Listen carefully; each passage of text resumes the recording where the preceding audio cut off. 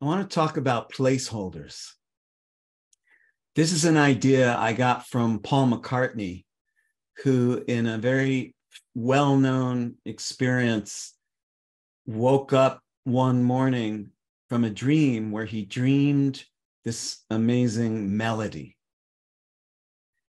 And when he woke up, he felt sure that his subconscious had recalled some old jazz tune or some pop standard, because the melody was so potent that he at first couldn't imagine it could have come from him.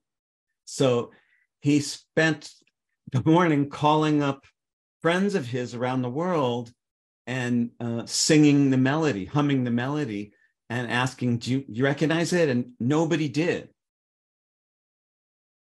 And he thought, well, if this is a song that I'm writing, that some part of me is writing, I need to be able to remember it.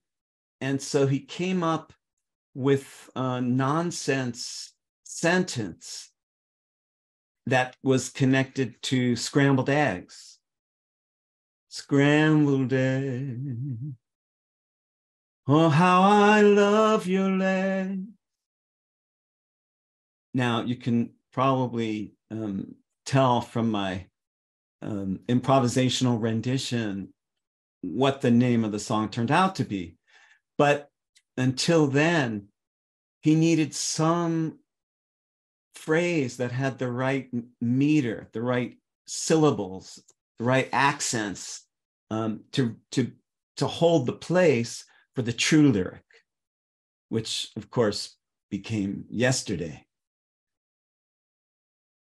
This idea of generating placeholder lyrics until the real lyrics come through ended up having a profound effect on the method that I used to write my new book, The Ruby Heart of the Dragon. I found the book I wrote 7 days a week for 4 years and 3 months.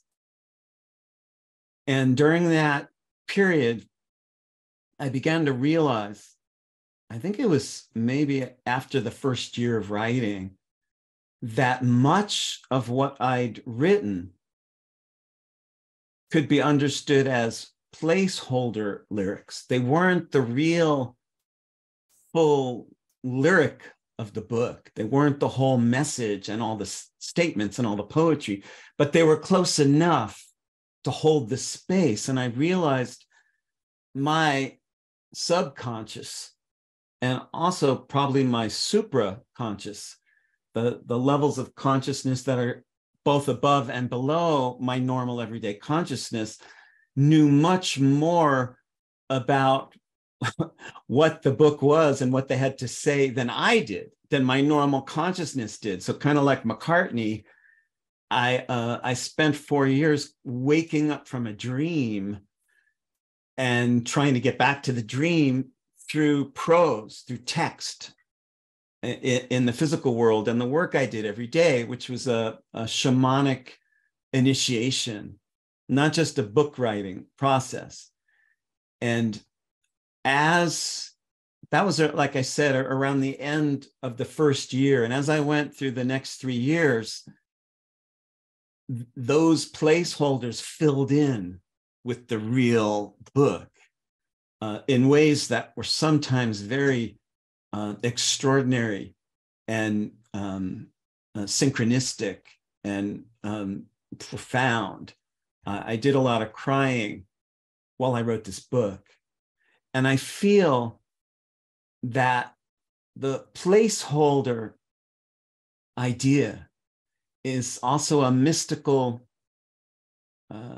rite of passage, where if your underlying subtext is love, if that's the main message that some part of you wishes to send to the world throughout your normal everyday words and phrases and your nonverbal words and phrases, your telepathic contact, then everything else you say can be seen as a placeholder.